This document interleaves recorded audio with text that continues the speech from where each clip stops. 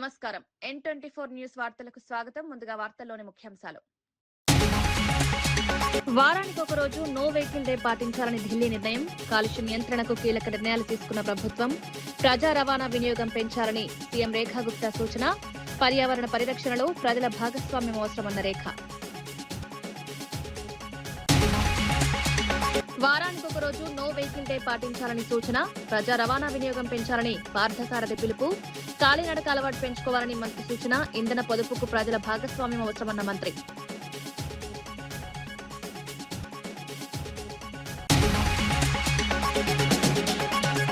దేశం కోసం పొదుపు చర్యలు చేపట్టాలని సీఎం పిలుపు. మై నేషన్ మై రెస్పాన్సిబిలిటీ కార్యక్రమం ప్రారంభం. బాధ్యతాయుత ఖర్చులపై అవగాహన.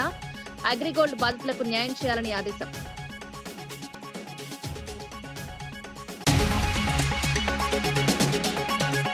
కమ్మిడిహట్టి అంశంపై కేంద్రాన్ని ప్రశ్నించిన ఆది శ్రీనివాస్. తెలంగాణకు కేంద్రం మద్దతు ఎందుకు లేదన్న ప్రశ్న. కిషన్ రెడ్డి అంశం ఎందుకు ప్రస్తావించలేదన్న ఆది. నీటి సమస్యలపై కేంద్రం స్పందించాలని డిమాండ్.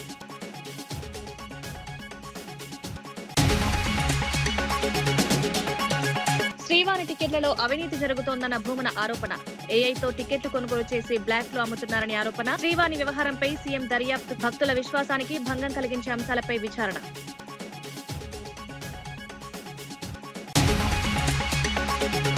దేశ ప్రయోజనాల కోసం రాష్ట్ర వ్యాప్తంగా పెద్ద ఎత్తున పొదుపు చర్యలు చేపట్టాలని ముఖ్యమంత్రి చంద్రబాబు పిలుపునిచ్చారు. మై నేషన్ మై రెస్పాన్సిబిలిటీ పేరుతో ప్రత్యేక అవగాహన కార్యక్రమాన్ని ప్రారంభించాలని కేబినెట్ సమావేశంలో నిర్ణయం తీసుకున్నారు. బాధ్యతాయుత ఖర్చులు, వనరుల సంరక్షణ, పొదుపు అలవాట్లపై ప్రజల్లో అవగాహన కల్పించడమే లక్ష్యమని తెలిపారు. దేశం ప్రజలకు ఎన్నో అవకాశాలు కల్పించిందని, ఇప్పుడు క్రమశిక్షణతో ముందుకు సాగాల్సిన సమయం వచ్చిందన్నారు. రాష్ట్రంలో ఉపాధి అవకాశాల కల్పనకు సంబంధించిన పలు కీలక ప్రాజెక్టులకు కూడా కేబినెట్ ఆమోదం తెలిపింది. అగ్రిగోల్డ్ బాధితులకు వచ్చే 6 నెలల్లో న్యాయం జరిగేలా చర్యలు తీసుకోవాలని అధికారులను ఆదేశించారు. ప్రభుత్వ సంక్షేమ చర్యపై ప్రజల్లో నమ్మకం పెంచే దిశగా ముందుకు వెళ్తున్నామని పేర్కొన్నారు.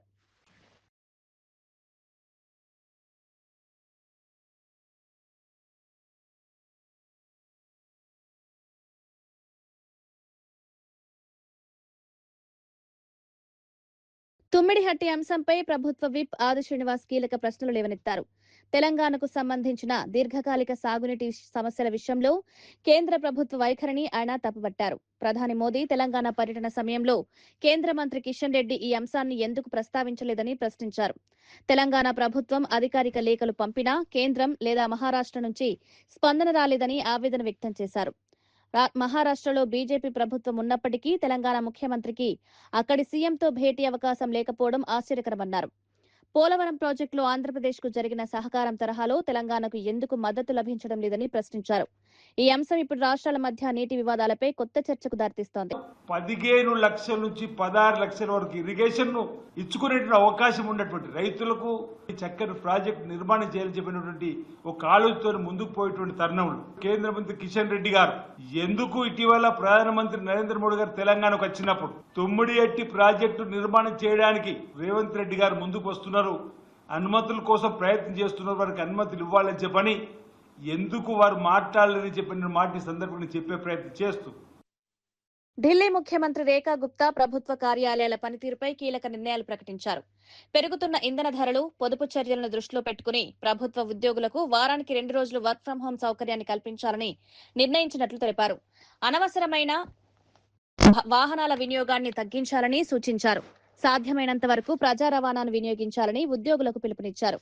దేశ ప్రయోజనాల దృష్ట్యా ప్రధాని నరేంద్ర మోదీ ఇచ్చిన పిలుపు మేరకు ఈ నిర్ణయాలు తీసుకున్నట్లు వెల్లడించారు. ఇంధన వినియోగాన్ని తగ్గించడంతో పాటు కాలుష్య నియంత్రణపై కూడా ప్రభుత్వం ప్రత్యేక దృష్టి పెట్టిందన్నారు. ప్రజలు కూడా ఈ కార్యక్రమంలో భాగస్వాములు కావాలని సూచించారు. పర్యావరణ పరిరక్షణ అందరి బాధ్యత అని పేర్కొన్నారు. ఈ నిర్ణయాలపై ఇప్పుడు దేశవ్యాప్తంగా చర్చ సాగుతోంది. हमारा ईंधन की खपत कम हो, इसके लिए हमने 2 लेवल पे, एक गवर्नमेंट लेवल पे, एक प्राइवेट लेवल पे। गवर्नमेंट लेवल पे दिल्ली सरकार में 2 दिन हर हफ्ते वर्क फ्रॉम होम रहेगा, 2 दिन हर हफ्ते वर्क फ्रॉम होम रहेगा। और इसी तरीके से प्राइवेट सेक्टर्स में भी हर एक कंपनी, इंस्टीट्यूशन, उनको कहा जाएगा कि वर्क फ्रॉम होम करें 2 दिन के लिए, ये एडवाइजरी होगी। और लेबर विभाग हमारा इसकी निगरानी करेगा। जितनी बड़ी कंपनीज़ हैं जहाँ पे ज़्यादा एम्प्लॉयज़ काम करते हैं, पर्सनली हम लोग बात करेंगे, मंत्री जी बात करेंगे, मैं खुद बात करूँगी, हमारे ऑफिसर्स उनसे रिक्वेस्ट करेंगे कि वो अपना 2 दिन का एज़ पर देयर कंफर्ट 2 दिन वो वर्क फ्रॉम होम करें। दिल्ली सरकार के नाते हमने कुछ प्लान बनाए हैं और एक जन अभियान जिसे दिल्ली सरकार चलाएगी, मेरा भारत मेरा योगदान, कि मैं as a government, as a individual, हम सब लोग क्या क्या इस दिल्ली शहर के लिए करेंगे और करना चाहते हैं, उसका एक पूरा का पूरा खाका मैं आप सबके सामने प्रस्तुत करना चाहती हूँ। जैसे सबसे पहले बात की गई पेट्रोल और डीजल की बचत के, पेट्रोल और डीजल की बचत हो ताकि हमारा ईंधन की खपत कम हो। इसके लिए हमने 2 लेवल पे, एक गवर्नमेंट लेवल पे, एक प्राइवेट लेवल पे। गवर्नमेंट लेवल पे दिल्ली सरकार में 2 दिन हर हफ्ते वर्क फ्रॉम होम रहेगा, 2 दिन हर हफ्ते वर्क फ्रॉम होम रहेगा। और इसी तरीके से प्राइवेट सेक्टर्स में भी हर एक कंपनी, इंस्टीट्यूशन శ్రీవాణి ట్రస్ట్ ద్వారా సేకరించిన నిధులతో రాష్ట్ర వ్యాప్తంగా ఎస్సీ, బీసీ కాలనీల్లో 5,000 ఆలయాలు నిర్మించాలని కూటమి ప్రభుత్వం నిర్ణయించినట్లు టీడీపీ నేత బుచ్చి రాంప్రసాద్ తెలిపారు. గత ప్రభుత్వ హయాంలో జరిగిన టికెట్ అక్రమాలను సాంకేతికతతో గుర్తించినట్లు వెల్లడించారు. ఇకపై అన్ని సేవలు పూర్తిగా ఆన్లైన్ ద్వారా నిర్వహిస్తామని స్పష్టం చేశారు. భక్తుల మనోభావాలకు అత్యంత ప్రాధాన్యతనిస్తున్నామని పేర్కొన్నారు. ఆలయ వ్యవస్థల్లో పారదర్శకత తీసుకురావడమే ప్రభుత్వ లక్ష్యమన్నారు. భక్తులకు ఇబ్బందులు లేకుండా వ్యవస్థలను ప్రక్షాళన చేస్తున్నామని తెలిపారు. గతంలో జరిగిన లోపాలను సరిదిద్దే దిశగా చర్యలు తీసుకుంటున్నామని చెప్పారు. ఉంది 1 కాదు 2 కాదు, దీనికి 5,000తో స్టార్ట్ చేశాం. కానీ మొన్న ముఖ్యమంత్రి గారు లోకేష్ గారు మీటింగ్లో మాట చెప్పారు, ఎన్ని దేవాలయాలు కావాలంటే అన్ని దేవాలయాలు కడదాం. ఎందుకంటే దేవాలయాలు ఇందాకే మీకు చెప్పా, ఒక మార్గదర్శకంగా ఉంటాయి. అక్కడ అన్ని కార్యక్రమాలు చేసుకోవచ్చు, దైవిక కార్యక్రమాలు చేసుకోవచ్చు. చిన్న అక్కడ భజన మందిరాలు ఉంటాయి, భజన చేసుకోవచ్చు. ఇతర పిల్లలు కూర్చుని చదువుకోవటానికి, దళితవాడలు, బీసీ కాలనీల్లో పిల్లలు చదువుకోవటానికి, ఇదివరకు రోజుల్లో పాత రోజుల్లో దేవాలయాలు ఏ విధంగా ఉండేవి అనేది ఒకసారి మీరు ఆలోచన చేసుకుంటే, పురోహితం కోరేవాడే పురోహితుడు అనేవాడు. ఎందుకంటే వాళ్ళు బయటికి, ఏ ఊళ్ళో ఏ పెద్దయినా బయటికి వెళ్ళేటప్పుడు పూజారి గారి దగ్గరికి వెళ్ళి నమస్కారం పెడితే పూజారి గారు ఆశీర్వచనం ఇచ్చేవాడు. నీ పని కావాలయా, దిగ్విజయం వస్తు, అవిఘ్నం వస్తు అని చెప్పి ఆశీర్వచనం ఇచ్చి నీకు పని అవుతుందని పంపించేవాడు. పూజారి గారు ఆ రోజు ఆ టైంలో వెళ్ళేటప్పుడు ఎవరు కూడా పూజారి గారికి డబ్బులు ఇచ్చేవాడు కాదు, పూజారి గారు కూడా డబ్బులు అడిగేవాడు కాదు. ఎందుకంటే నమ్మకంతో వెళ్ళేవాళ్ళు. మళ్ళీ పూజారి గారి బాధ్యత ఏంటి, ఈ వెళ్ళిన పని కావటం కోసం గుడిలోకి వెళ్ళి పూజారి గారు మళ్ళా ఒక మంత్ర జపం చేసుకోవాలి. ఎందుకంటే ఆ పవర్ తీసుకోవటానికి దేవుడి నుంచి. అవి జరిగేవి. కానీ ఆ రోజున పూజారిని, ఇతర పెద్దల్ని ఆ ఊరి ప్రజలే కాపాడుకునేవాళ్ళు. ఇంట్లో ఒక అరటి గెలలకి నుంచి, అరటి చెట్టు నుంచి ఒక గెల వస్తే పూజారి గారికి హస్తం పంపించండి అనేవాళ్ళు. పొలం నుంచి పంట వస్తే పూజారి గారికి బస్తా బియ్యం ఇవ్వమనేవాళ్ళు, ధాన్యం. అన్ని పూజారి గారి అవసరాలను వాళ్లే తీసుకునేవాళ్ళు. అదేవిధంగా ఇప్పుడు కూడా మా ప్రభుత్వం ఆలోచన దేవాలయాలని ఆ బీసీ కాలనీ, ఎస్సీ కాలనీలో కట్టి ఒక ఆలోచన విధానంతో అందరూ కూడా అక్కడే ఉంటూ చేసుకునే విధానం. పిల్లలు చదువుకోవాలని చదువుకుంటారు, చిన్న చిన్న భజనలు చేసుకుంటారు, మంచి కార్యక్రమాలు ఏమైనా ఉంటే చేసుకుంటారు. వీటన్నిటికీ ఉపయోగపడే విధంగా కట్టాలి అని చెప్పి కూటమి ప్రభుత్వం, మేము శ్రీవాణి ట్రస్ట్ ద్వారా వచ్చే డబ్బులతోటి అవన్నీ కట్టాలని ఆలోచన చేసింది నారా చంద్రబాబు నాయుడు గారి ప్రభుత్వం, నారా చంద్రబాబు నాయుడు గారు. మీరు ఆ డబ్బులు ఎక్కడ కొట్టేశారు? ఒక చీటీలు ఇచ్చారా, స్లిప్పులు ఇచ్చారా, ఏమన్నా వచ్చినాయా? ఏదీ లేకుండా డబ్బులు కొట్టేశారు. టీటీడీ మాజీ చైర్మన్ భూమన కరుణాకర్ రెడ్డి శ్రీవాణి టికెట్ల వ్యవహారంపై తీవ్ర ఆరోపణలు చేశారు. ఏఐ ఆధారిత ఆటో ఫిల్లింగ్ ద్వారా దళారులు టికెట్లు కొనుగోలు చేసి భారీ ధరలకు విక్రయిస్తున్నారన్నారు. టికెట్లను 15,000 రూపాయల వరకు అమ్ముతున్నారని ఆరోపించారు. లోతైన పరిశీలన చేస్తే టీటీడీ ఐటీ విభాగంలో అనుమానాస్పద అంశాలు కనిపిస్తున్నాయని పేర్కొన్నారు. గతంలో విదేశీ కళ్యాణోత్సవాల్లో అవినీతి ఆరోపణలు వచ్చిన వ్యక్తినే కీలక బాధ్యతల్లో నియమించారని విమర్శించారు. ఎలాంటి సెక్యూరిటీ ఆడిట్ లేకుండా రోజుకు 100 టికెట్లు విడుదల చేస్తున్నారని ఆరోపించారు. ఈ వ్యవహారంపై సిబిఐ దర్యాప్తు జరపాలని డిమాండ్ చేశారు. 14/5/2026 వరకు ఆ 800 టికెట్లలో ఏ ఒక్క రోజు సరైన వాళ్లకు నేరుగా 8 మందికి కూడా టికెట్లు అందలేదు అన్నది పచ్చి నిజం. అంటే 4 నెలలుగా మీరు గుర్తించనే లేదా? గుర్తించకుండా నిద్రపోతున్నారా? నిద్ర నటిస్తున్నారా? మా విమర్శలను చూసి జడిసి ఈ తూతూ ప్రకటన ఒకటి ఇచ్చారా? ఒక్కో టికెట్ను దళారులు, ట్రావెల్ ఏజెంట్లు 15,000 రూపాయలకు అమ్ముతున్నారని మేము చాలా స్పష్టంగా 1.5 రోజుల క్రితమే చెప్పటం జరిగింది. చెప్పినా మీకు చీమ కుట్టినట్టు కూడా లేదు. 15,000 రూపాయలకు ఒక టికెట్ అమ్ముతున్నారు. 9 గంటల 1.5 నిమిషాలకు మొత్తం టికెట్లన్నీ అయిపోయినట్టుగా మీరు చూపిస్తున్నారు. ఆ తరువాతనే దళారులకు టికెట్లు కేటాయింపబడుతున్నాయి. అందులో ఒకటి ఆధారపూరితంగా రిలీజ్ అయినటువంటి టికెట్ ఇది 9 గంటల 10 నిమిషాలు. 9 గంటల 1.5 నిమిషాలకే అన్ని అయిపోతున్నాయి అన్నటువంటి విషయం మీరు చెప్తున్నారు.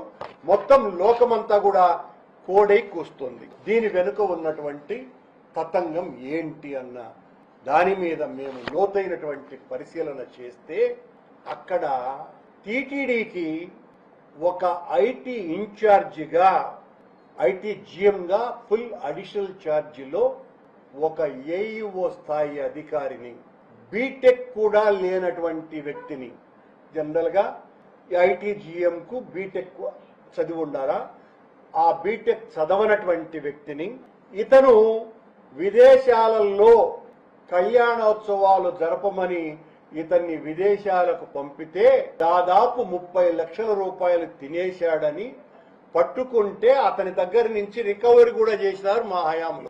అతని దగ్గర నుంచి 30 లక్షల రూపాయలు రికవరీ చేయటం జరిగింది. అతని మీద ఇప్పటి వరకు డిఏ కేసు కూడా వీళ్లు పెట్టలేదు. అలాంటి వ్యక్తిని, అంత అవినీతి పరుణ్ణి, అర్హత లేనటువంటి వ్యక్తిని ఈ రోజున జిఎం ఐటీగా ఫుల్ అడిషనల్ ఛార్జీకి ఇచ్చినారు. ఈ ఇచ్చిన అతను టీసీఎస్ వాళ్ల ద్వారా, అంటే ఇతనని కాదు సుమా, పెద్దలు ఇతనికి ఆ పదవి ఇచ్చినారు, తమకు బాగా తాబేదారుగా ఉంటాడని టీసీఎస్ సంస్థ ద్వారా కొత్త సాఫ్ట్వేర్ ను తీసుకువచ్చినాము అని చెబుతున్న వీళ్ళు ఈ సాఫ్ట్వేర్ వచ్చిన తరువాతనే ఈ దోపిడీకి తలుపులు బార్లా తీసినారు. దీని వెనుక టీటీడీ చైర్మన్ బిఆర్ నాయుడు, ఆయనకు అత్యంత అనుంగు శిక్షుడైనటువంటి మరో బోర్డు మెంబరు, స్థానికుడు, ముఖ్యమైనటువంటి నేతలు అందరూ కూడా కలిసి దళారుల చేతుల్లోకి అప్పగించి రోజుకు 40 లక్షల రూపాయల ఆదాయాన్ని దీని ద్వారా అందరూ పంచుకుంటున్నారు. ఈ 4 నెలల కాలంలో దాదాపు 48 కోట్ల రూపాయలు ఈ రకంగా దండుకున్నారు. 48 కోట్ల రూపాయల డబ్బులు, వెంకటేశ్వర స్వామికి చెందాల్సినటువంటి డబ్బులను వీళ్లు అక్రమంగా దోచుకున్నారు. కొత్త సాఫ్ట్వేర్ ని వీళ్లు తెచ్చినప్పుడు మేము శ్రీవాణి టికెట్లను 3 నెలలకు. మోపిదేవి శ్రీనివాసరావు తమ కుటుంబ సభ్యుడిగా పార్టీలో చేరాడని వైసీపీ అధ్యక్షుడు వైఎస్ జగన్ తెలిపారు. తనపై నమ్మకం ఉంచి పార్టీలో చేరినందుకు కృతజ్ఞతలు తెలిపారు. పార్టీలో చేరిన ప్రతి ఒక్కరికి అన్ని విధాలా న్యాయం చేస్తారని హామీ ఇచ్చారు. రేపలలో మోహన్ ఎంతో కష్టపడుతున్నారని, ఆయనకు అందరూ మద్దతునివ్వాలని కోరారు. పార్టీ బలోపేతం కోసం నాయకులు, కార్యకర్తలు ఐక్యంగా పనిచేయాలని సూచించారు. ప్రజల సమస్యలపై మరింతగా పోరాటం చేయాలని పిలుపునిచ్చారు. కొత్తగా చేరిన నాయకులతో పార్టీ మరింత బలపడుతుందని అభిప్రాయపడ్డారు.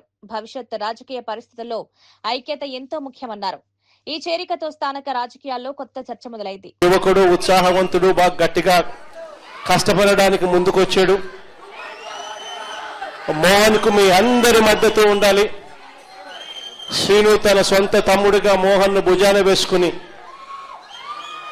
మోహన్ ను గెలుపు బాధ్యతలు కూడా శ్రీనునే తన భుజస్కంధాల మీద వేసుకుని తను గెలిపించే బాధ్యతలు కూడా తీసుకుంటా ఉన్నాడు. శ్రీను చేసే ఈ మంచిని జగన్ ఎన్నటికీ మనవడు. మనం అధికారంలోకి వచ్చిన తర్వాత శ్రీనులు సంతోషపడే విధంగా అదే చట్టసభలో పక్కనే కుర్చీ వేసుకొని మళ్ళీ కూర్చోబెట్టే కార్యక్రమం జగన్ చేస్తాడని కూడా ఈ సందర్భంగా చెప్తా ఉన్నాడు.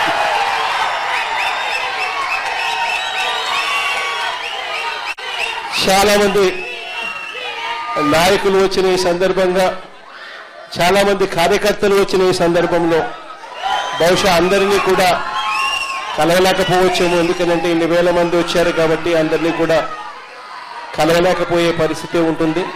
కానీ తర్వాత నేను సిన్నుకు చెప్తా ఉన్నాను, మోహన్కు చెప్తా ఉన్నాను, ఎప్పుడు అవకాశం ఉంటే అప్పుడు వీలైనంత ఎక్కువ మందిని నా దగ్గరికి తీసుకొని వచ్చి నాకు పరిచయం చేసే కార్యక్రమాలు ఖచ్చితంగా చేయండి అని కూడా చెప్తా ఉన్నాను. ఇప్పుడు కూడా మీ అందరి అభిమానానికి, మీ అందరూ నా మీద పెట్టుకున్న నమ్మకానికి, వైఎస్ఆర్ కాంగ్రెస్ పార్టీని గెలిపించాలి అని చెప్పి ఆరాట పడతా ఉన్న మీ అందరి తాపత్రయానికి మనస్ఫూర్తిగా వచ్చిన ప్రతి సోదరుడికి, ప్రతి అక్కకు, ప్రతి చెల్లెమ్మకు, ప్రతి పెద్ద ఆయనకు కూడా మనస్ఫూర్తిగా రెండు చేతులు జోడించి పేరు పేరున హృదయపూర్వకంగా నా కృతజ్ఞతలు కూడా తెలుపుకుంటా ఉన్నాను.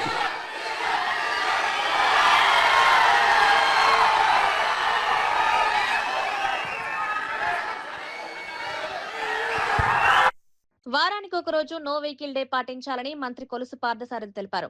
ముఖ్యమంత్రి చంద్రబాబు సూచనల మేరకు ప్రజాప్రతినిధుల వాహనాలు వినియోగాన్ని తగ్గించుకోవాలన్నారు. విదేశీ పర్యటనలు కూడా అవసరమైన సందర్భాల్లో మాత్రమే చేయాలని సూచించినట్లు చెప్పారు. ప్రజలు ఎక్కువగా ప్రజా రవాణా సేవలను వినియోగిస్తే మంచిదని అభిప్రాయపడ్డారు. కొద్ది దూరాలకు కూడా కారులో వెళ్లకుండా కాలినడకన వెళ్లే అలవాటు పెంచుకోవాలని కోరారు.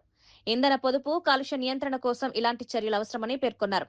పర్యావరణ పరిరక్షణలో ప్రజల భాగస్వామ్యం చాలా ముఖ్యమన్నారు. ప్రతి ఒక్కరూ తమ స్థాయిలో బాధ్యత తీసుకోవాలని సూచించారు. ప్రభుత్వం తీసుకుంటున్న చర్యలకు ప్రజల సహకారం అవసరమన్నారు. పాదయాత్ర అంటే ఇప్పుడు సపోజ్ ఒక టౌన్లో ఉన్నాము, ఒకళ్ళ ఇంటికాడ నుంచి ఇంకొకళ్ళ ఇంటికి వెళ్ళాలి, లేకపోతే ఒక బజార్ నుంచి ఇంకో బజార్కి వెళ్ళాలి. అక్కడ ఆ కొంచెం దూరం కూడా మనం కారులో వెళ్తాం. మనం కారులో ఎప్పుడైతే వెళ్తామో అన్ని కార్లు మన వెనకాల వస్తాయి, స్కాట్ అన్నీ కూడా. సో అట్లా కాకుండా పక్క బజారే కాబట్టి నడుచుకుంటూ వెళ్తాం. ఒకరోజు నో వెహికల్ ఫ్రైడే అంటే ఆ రోజు అసలు వాహనాలు వినియోగించుకోకుండా ఈ కాన్వాయ్లు బస్సుల్లో కానీ లేకపోతే అసలు ఆ వాహనాలు తగ్గించుకుని ఒకవేళ మీటింగ్స్ ఏమైనా ఉంటే వర్చువల్ మీటింగ్స్ కండక్ట్ చేయటం, ఇవన్నీ కూడా చెప్పడం జరిగిందని చెప్పేసి నేను మనవి చేస్తాను. అదేవిధంగా అధికారులు కూడా అవసరం వస్తే 2-3 ఆఫీసులు కలిసి, అదేవిధంగా మంత్రులు కానీ కలిసి అంటే షేరింగ్ లాగా వస్తే కూడా కొంత, అంటే దీని మూలంగా ఎంత వస్తుంది అనేది కాదు, ఒక మోటివేషన్ టు ది పబ్లిక్. అంటే దేశం ఎదుర్కొ క్రైసిస్లో ఉన్నప్పుడు మనందరం కూడా నిలబడాలి అనే స్ఫూర్తితో ఇవన్నీ కూడా డిస్కస్ చేయడం జరిగిందని చెప్పేసి నేను మనవి చేస్తాను. Step for the nation awareness campaign promoting walking and cycling. నాకు చెప్పేది కొంతమంది ముఖ్యమంత్రి గారు అవసరం వస్తే అందరం సైకిల్ మీద కూడా వద్దాం సెక్రటరియట్కి అంటే ఒక మోటివేషనల్గా వారు చెప్పడం జరిగిందని చెప్పేసి నేను మనవి చేస్తాను. తెలంగాణ స్టేట్ ఫిల్మ్ ఛాంబర్ నిర్వహించిన మీడియా సమావేశంలో సింగిల్ స్క్రీన్ థియేటర్ల శాతం అంశంపై డిస్ట్రిబ్యూటర్లు కీలక వ్యాఖ్యలు చేశారు. 2008 సంవత్సరం నుంచి ఈ అంశంపై పోరాటం చేస్తున్నామని వెల్లడించారు.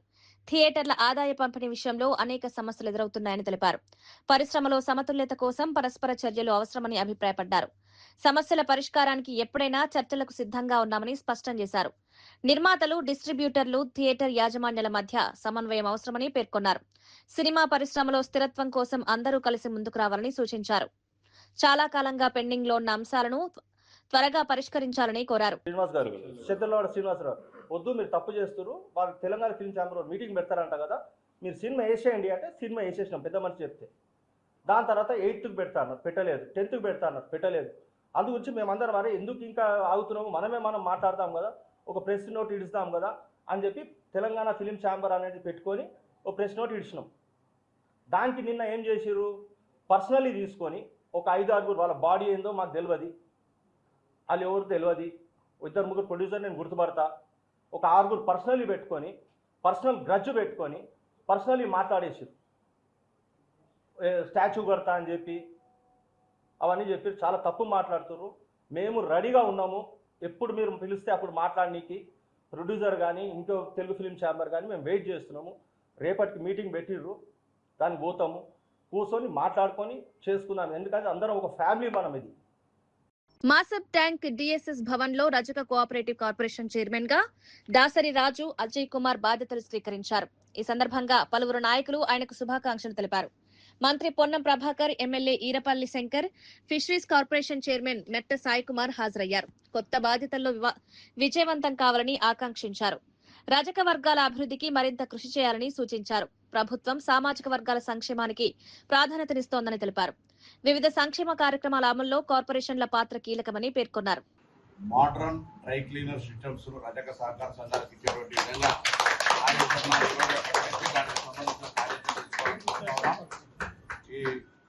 అదేవిధంగా గత ప్రభుత్వం ఇచ్చిన 250 యూనిట్ల ఫ్రీని ఎక్కడ కూడా అడ్డంకి లేకుండా కొనసాగిస్తా ఉన్నాం.